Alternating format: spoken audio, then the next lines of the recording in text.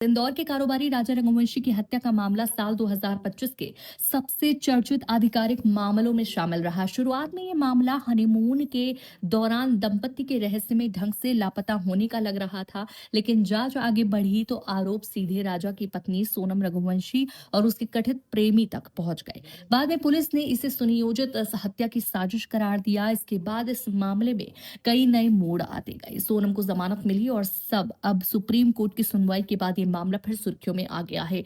चलिए आपको बताते हैं इस पूरे केस की क्रमवार टाइमलाइन। 11 जुलाई 2025 राजा रघुवंशी और सोनम रघुवंशी की इंदौर में शादी हुई।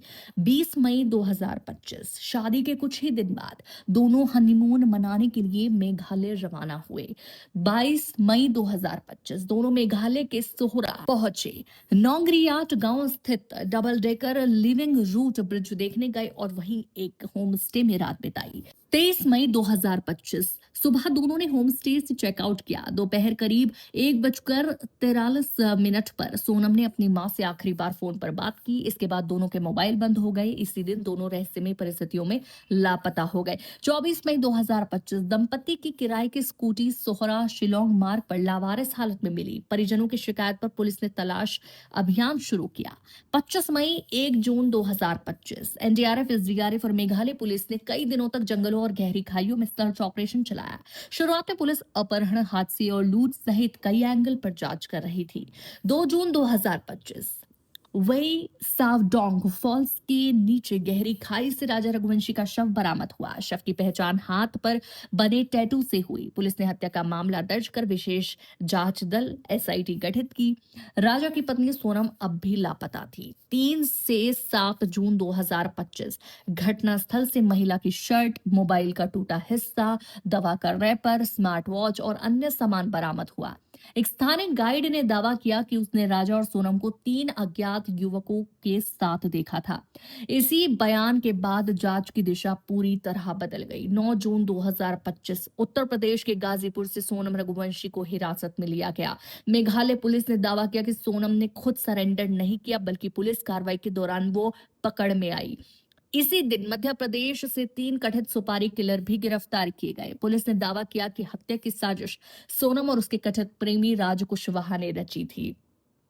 जून जुलाई 2025 सोनम रघुवंशी को मेघालय ले जाकर पूछताछ की गई। पुलिस ने अदालत से रिमांड हासिल की। इलेक्ट्रॉनिक सबूत, CCTV, mobile location, call detail, guide के बयान और अन्य फोरेंसिक साक्ष्य जुटाए गए। पुलिस का दावा रहा कि हत्या पहले से योजनाबद्ध थी और इसके लिए सुपारी दी गई थी।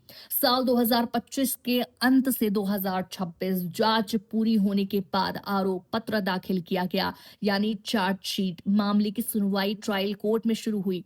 अप्रैल 2026 ट्रायल कोर्ट ने तकनीकी आधार पर सोनम रघुवंशी को सशर्त जमानत दी। अभियोजन ने इस आदेश का विरोध किया। 29 जून 2026 मेघालय हाईकोर्ट ने ट्रायल कोर्ट द्वारा दी गई जमानत को बरकरार रखा। अदालत ने पुलिस दस्तावेजों में भारतीय न्याय संहिता की धारा 103(1) की जगह 403(1) लिखे जाने जैसी गलतियां पर सवाल उठाए। 1 जुलाई 2026 मेघालय सरकार ने हाईकोर्ट के आदेश को सुप्रीम कोर्ट में चुनौती दी। 3 जुलाई 2026 सुप्रीम कोर्ट ने हाईकोर्ट के आदेश पर कड़ी टिप्पणी की, लेकिन उस समय तत्काल जमानत पर रोक नहीं लगाई गई क्योंकि सोनम रिहा हो चुकी थी। अदालत ने मामले की विस्तृत सुनवाई तय की। 9 से 14 जुलाई 2026 सुप्रीम कोर्ट से लगातार सुनवाई हुई। अदालत ने संकेत दिया कि अगर जमानत का आधार तकनीकी त्रुटि है तो गंभीर अपराध में इसकी न्यायिक समीक्षा जरूर होगी। 23 जुलाई 2026 सुप्रीम कोर्ट ने सोनम रघुवंशी की जमानत रद्द कर दी। अदालत ने उसे निर्धारित अवधि 2 सप्ताह या 3 सप्ताह आदेश के प्रति के अनुसार के भीतर ट्रायल कोर्ट या पुलिस के समक्ष सरेंडर करने के निर्देश दिए। इसके साथ ही साफ कर दिया कि अब मामले की सुनवाई नियमित ट्रायल के जरिए आगे बढ़ेगी।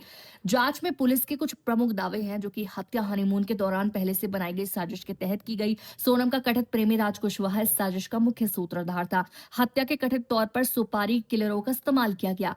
पुलिस ने CCTV footage, mobile location, call record, guide के बयान और अन्य डिजिटल एवं फोरेंसिक साक्ष्यों को अपनी जांच का आधार बताया। अब सुप्रीम कोर्ट द्वारा जमानत रद्द किए जाने के बाद सोनम रघुवंशी को अदालत के आदेश अनुसार सरेंडर करना होगा। इसके बाद वो फिर न्यायिक हिरासत में रहेंगी और राजा रघुवंशी हत्याकांड का ट्रायल मेघालय की अदालत में आगे बढ़ेगा।